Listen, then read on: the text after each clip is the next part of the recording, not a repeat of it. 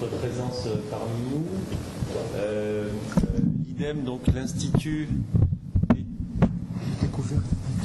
de découverte et d'études du monde musulman, organise une conférence de plus, dédiée cette fois-ci à René Guénon.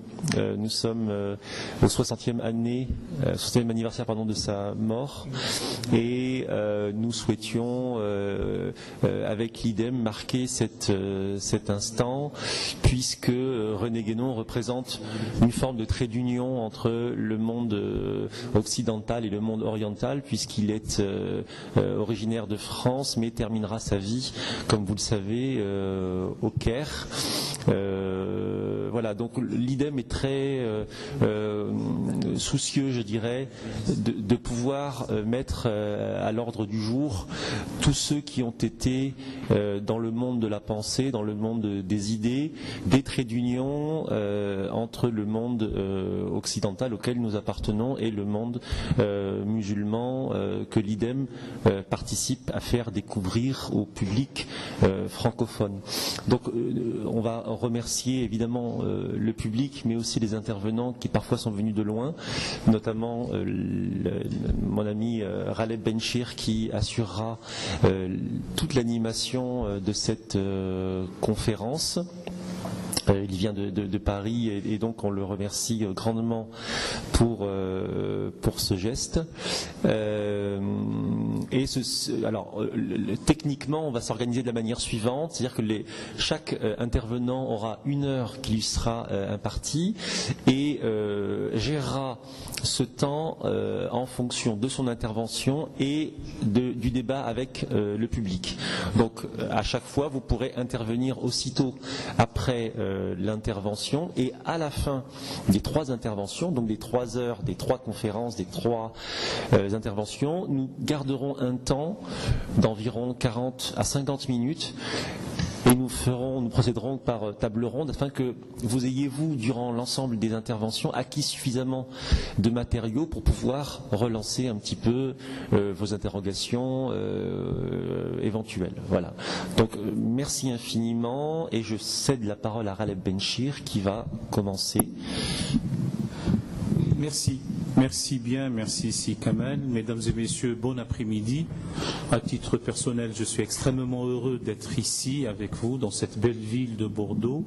Elle est belle aussi et vivante par vos présences, par les dames et les messieurs qui y habitent. Et à chaque fois que je viens, personnellement, je suis frappé par l'accueil chaleureux qui m'est réservé. Cet après-midi, je n'ai qu'un rôle de facilitateur de la parole, comme disent nos amis québécois. Je distribuerai donc cette parole réservée, consacrée aujourd'hui à un homme dont la destinée était effectivement hors du commun, une trajectoire de vie toute particulière. Nous parlerons avec des spécialistes, hormis la boutade classique qui veut que le spécialiste est celui qui sait presque tout sur presque rien par définition. Donc ce sont des hommes qui ont connu à la fois d'une manière livresque et aussi à travers toute l'œuvre, René Guénon. Nous allons parler de l'homme, de l'œuvre, de la réception de cette œuvre dans les milieux intellectuels, universitaires et au-delà. C'est un temps que nous mettrons donc à profit pour approfondir une connaissance dont nous avons besoin en ces temps incertains. Je m'inscris tout à fait dans le moule de l'organisation, et qui est, dans un premier temps, Setar Koubrou nous fera une introduction au sujet. Par la suite, la parole sera donnée à Jean-Pierre Laurent et à Philippe Molinet. Setar Koubrou reprendra la parole comme conférencier cette fois-ci. Il y aura sûrement entre-temps, mais nous verrons à quel moment, une pause pour vous.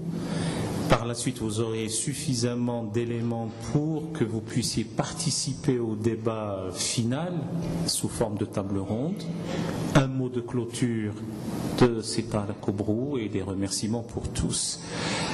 Chaque unité, chaque épisode dans cette au cours de cet après-midi, comme l'a si bien dit Kamel Béchir, c'est une intervention, un exposé assez dense, et puis vos réflexions, vos questionnements par rapport à ce qui aura été dit. Tariq Koubrou n'a pas besoin d'être présenté. Si je devais dire un mot, et s'il me le permet, c'est un grand ami. J'ai une extraordinaire affection pour sa personne et pour son être. C'est un intellectuel au vrai sens du terme, un théologien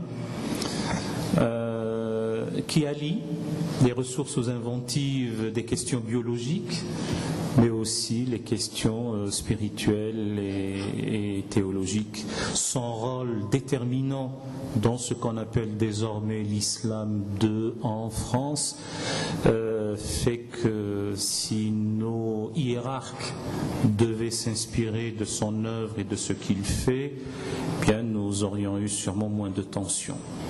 Alors si Tariq, à toi la parole, au moins pour cette introduction dans un premier temps. Merci. J'aimerais introduire ce colloque réservé à une personnalité assez complexe par les motivations de ce choix.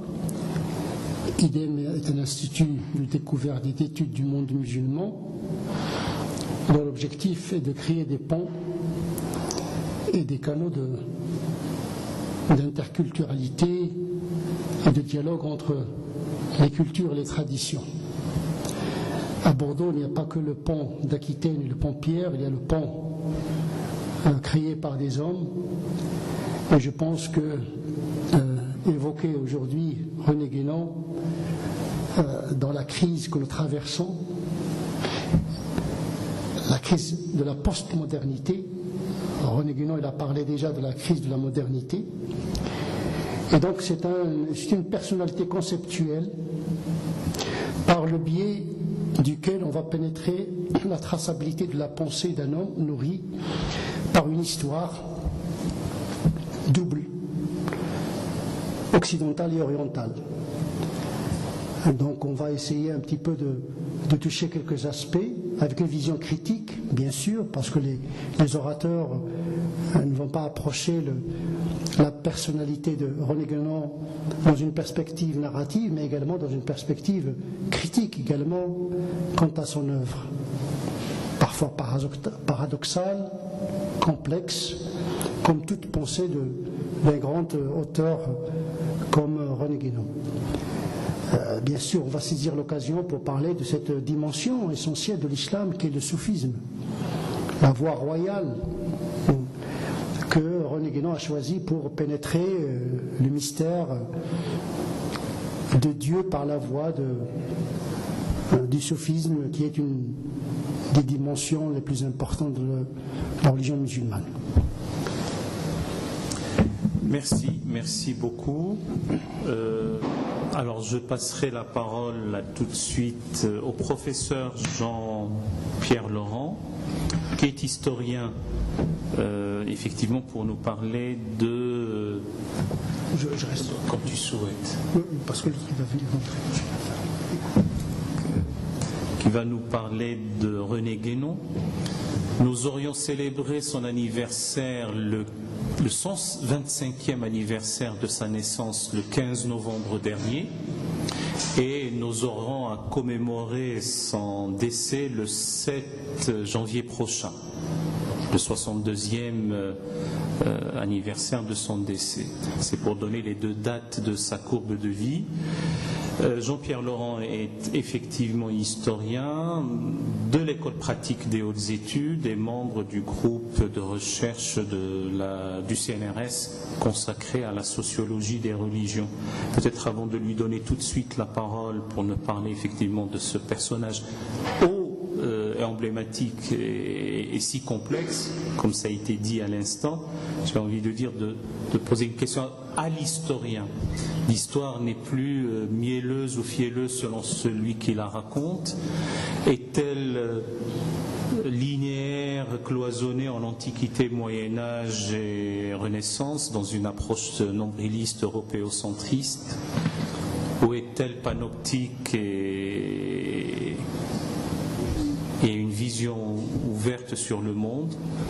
Peut-être un mot, est-elle une anthropologie du passé avec un regard critique sur les modes de pensée, ou est-elle une archéologie du temps présent? Ce sont autant de questions qu'on pourrait poser à l'historien, mais ce qui nous intéresse aujourd'hui, c'est son regard et votre regard, Jean-Pierre Laurence, sur René Guénon. Vous qui avez consacré vos œuvres au pluriel à l'homme, et l'un des derniers ouvrages s'intitule « Les enjeux d'une lecture » à propos de ce livre éponyme pour René Guénon. Nous vous écoutons. Merci.